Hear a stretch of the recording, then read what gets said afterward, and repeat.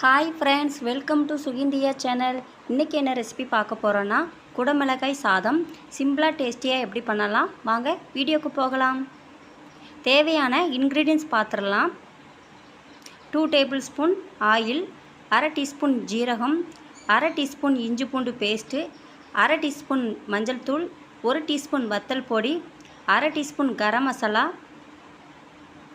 தேவையான அளவு உப்பு, 1 டீஸ்பூன் மல்லித்தூள், 1 பவுல் நிறைய குடமிளகாய், 2 பெரிய சைஸ் வெங்காயம், 2 தக்காளி. நெக்ஸ்ட்டு ஒரு கடாய் எடுத்துக்கோங்க. 2 டேபிள் ஸ்பூன் ஆயில் ஊற்றிக்கோங்க. ஆயில் நல்லா ஹீட் ஆகட்டும். அரை டீஸ்பூன் ஜீரகம் ஆட் பண்ணிக்கோங்க. ஜீரகம் நல்லா பொரிஞ்சு வரட்டும். நல்லா பொரிஞ்சு வந்துருச்சு. இது கூட கட் பண்ணி வச்சுருக்க வெங்காயம் கொஞ்சம் கறி லீஃபும் ஆட் பண்ணிக்கோங்க. அரை டீஸ்பூன் உப்பு ஆட் பண்ணிக்கோங்க. அரை டீஸ்பூன் மஞ்சள்தூள் ஆட் பண்ணிக்கோங்க.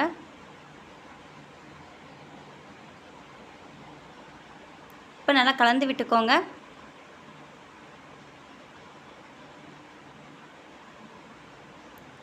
வெங்காயம் நல்லா வதங்கி வரட்டும். மீடியம் ஃப்ளேம்லேயே நல்லா வதக்கி விட்டுக்கோங்க.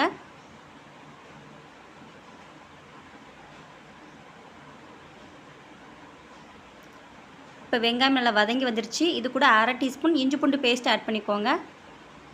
இப்போ நல்லா கலந்து விட்டுக்கோங்க. இந்த இஞ்சி பூண்டு பேஸ்ட் நல்லா வதங்கி வரட்டும். இது கூட கட் பண்ணி வச்சுருக்க குடமிளகாயை ஆட் பண்ணிக்கோங்க. இப்போ நல்லா வதக்கி விடுங்க. அந்த எண்ணெயிலே இந்த குடமிளகாய் நல்லா வதங்கி வரட்டும்.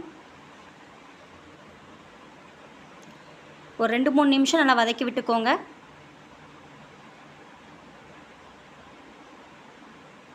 இந்த ஸ்டேஜில் லோ ஃப்ளேமில் வச்சு நம்ம மூடி போட்டு வேக வச்சு எடுத்துக்கலாம். இப்போ குடமிளகாய் நல்லா வதங்கி வந்துருச்சு. இது கூட ஒரு கட் பண்ணி வச்சுருக்க ஒரு தக்காளி ஆட் பண்ணிக்கோங்க. இப்போ நல்லா கலந்து விடுங்க. தக்காளி நல்லா மசிஞ்சு நல்லா வதங்கி வரணும். நல்லா வதங்கி வந்துருச்சு. இது கூட 1 டீஸ்பூன் வத்தல் பொடி ஆட் பண்ணிக்கோங்க. அரை டீஸ்பூன் கரம் மசாலா, 1 டீஸ்பூன் மல்லித்தூள்,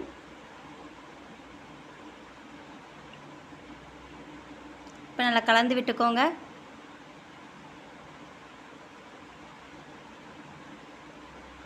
அந்த மசாலா அந்த எண்ணெயிலே நல்லா வதங்கி வரணும். அந்த மசாலோட பச்சை வாசனை போகிற அளவுக்கு நல்லா வதக்கி விடுங்க.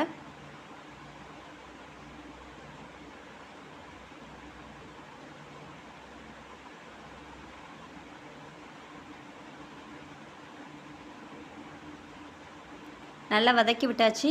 இது கூட 1 கப் சாதத்தை ஆட் பண்ணிக்கோங்க. லைட்டாக பிரட்டி விடுங்க. இந்த சாதம் உடஞ்சிடாமல் நல்லா கலந்து விட்டுக்கோங்க.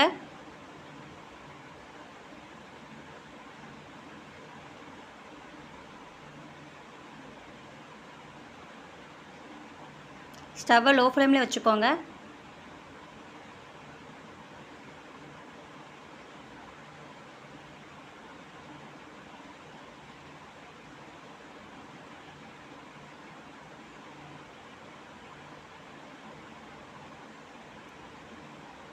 இப்போ சாதத்தை நல்லா கலந்து விட்டாச்சு.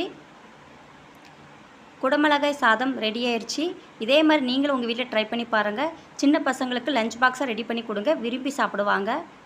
இந்த வீடியோ பிடிச்சிருந்தா லைக் பண்ணுங்கள், சப்ஸ்கிரைப் பண்ணுங்கள், பெல் ஐக்கானை ப்ரெஸ் பண்ணுங்கள். நெக்ஸ்ட் வீடியோ பார்க்கலாம்.